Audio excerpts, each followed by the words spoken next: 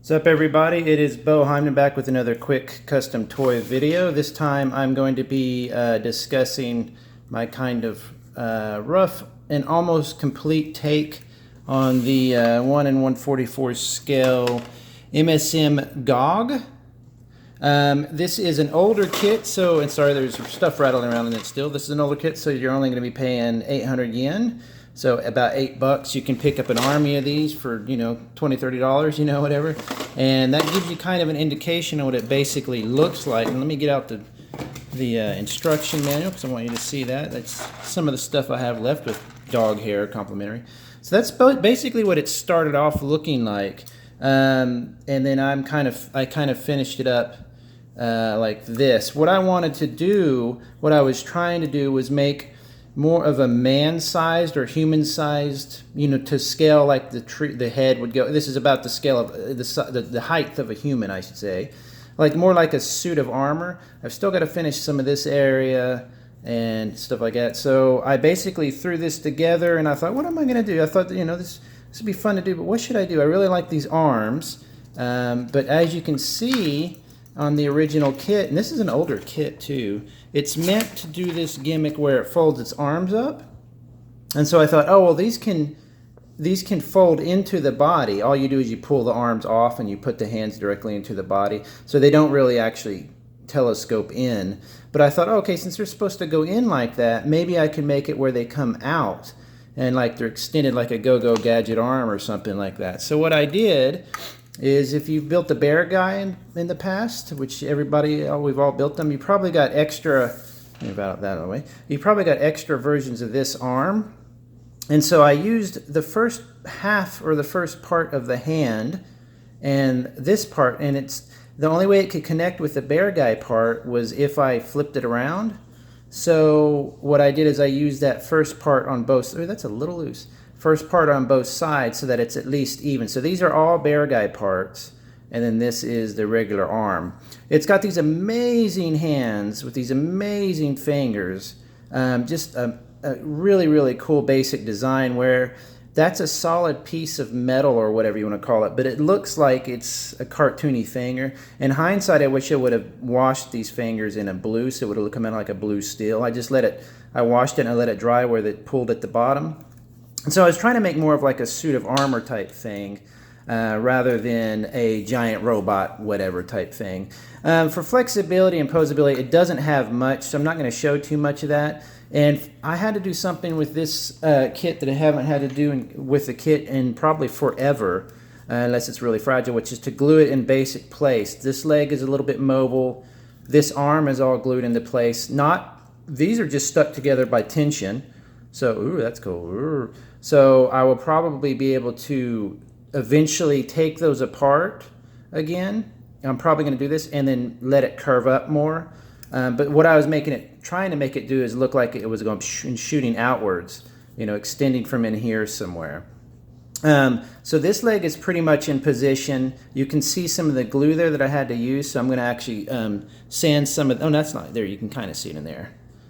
So I've got to sand some of that back and everything and make it flat so that it matches. I made really big chipping because, again, this is like a human-sized suit, so the chips would be really big. I've got to finish the bottoms of the feet, as you can see. So I've still got a little work to do on it, but I've been kind of working on other projects while working on this one, so I haven't been able to get a lot of it done. I date all my stuff.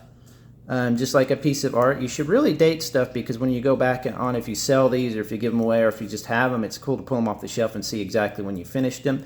Also, try to take a lot of photos of your process so later you can see how you did it.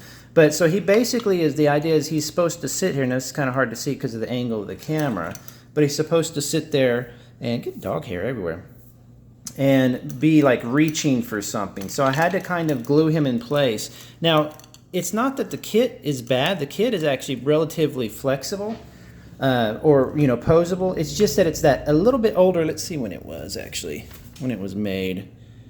2000. So it's an 18-year-old. That's almost 20 years old, that design. So by the time it was actually designed, it probably was 20 years old because they don't just create it, pop it out. So I wanted it to stay together. This is more of a posed thing. This leg's going to be a little more dynamic. I'm going to probably build a little base for it. And I wanted the scratches, the dents and all that, and to kind of, it's supposed to look like there's been dripping stuff, so you can see some of the texture is washy looking. Oh, and another thing is what I did is this, the arm part here is a green. It might be hard to tell the color. So this is supposed to be a replacement arm. It's new. It's not scratched up as much. It's a different color than this arm. See, that's black. And also this leg here is a bluish color, a dark blue, with a serial or whatever identification number there. Then I'll probably put a different one over here so that you'll know this leg is number from 06 or whatever, and this is from 90. You know, so they had to replace just that little hip. So I made a replacement hip. I like doing little stuff like that. The head comes off really easy. Really easy. I just basically glossed the red underneath. I didn't do anything fancy with it, but I've kind of got the head stuck in place right now, just to kind of leave it there. If I don't have to glue a part down, I won't. Also, if you glue stuff down, one of the problems is that you can easily drop the model, and if it's glued into place, it'll tend to break a little easier than if it's just loose and can pop off. But that's one of the problems with some of these older kits, and even the newer ones. They can be a little fragile to, you can pose them and quote-unquote play with them. I like to make, you know, custom toys that are, you know, you can pick up and play with. But Gunpla or Gundam kits are not really for playing like a kid would play with them, you know, because after all, I'm 45 or whatever. But they're for posing and to hand, you know, you want to handle them, you want to pick them up. But some of them, like this one from the you know, 20 years old and even older than that, the plastics are a little thinner, it feels like. They're not as molded together as well. So I also did the panel lining. I'm sorry, I did the, oh, what's it called? The line here in the front, they've taken out. This is actually 2 parts, and I had to get rid of that seam line. I'm sorry, there you go. So I got rid of a seam line there. I got rid of a seam line in the back. And you can see I've got some of the glue here that I've got to sand down and then give it a flat coat. But overall, it was just, I absolutely love this little kit. I love the look of it. It's such a monster. The hands are so ridiculous. I don't know that a human could even fit into something like this, but it's just such a fun, it looks like something out of Iron Man or whatever. But oh, and the waist can pivot pretty freely, but that's really about all it does. The waist is just that. So if this was re-released, I don't know, maybe it has been in more recent years, you'd probably see a lot more movability on it, posability.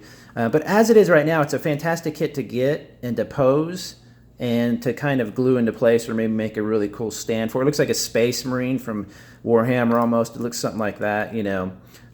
These hands are just so ridiculous. So you could, I might get another one of these and make red hand blades. That would be really cool. But anyway, that's just my custom Gogg. I'll probably at least get 1 or 2 more of these. If you haven't played with one or haven't used one yet or built one of these older kits, you can find some of the unusual ones for so cheap on Amazon, and they just absolutely look so ridiculous. You can make them look like this where they're beat up and have drips and stuff, and lots of big hunky scratches, like a big bullet's hit them, you know, that kind of thing. So really fun kit. But anyway, I'm going to put this one away. I'm going to see if I can finish it up, put it on a stand, stick it on the shelf, and then I'm going to move on to a couple other projects I have going, and then I'm going to do a video hopefully on backlogs.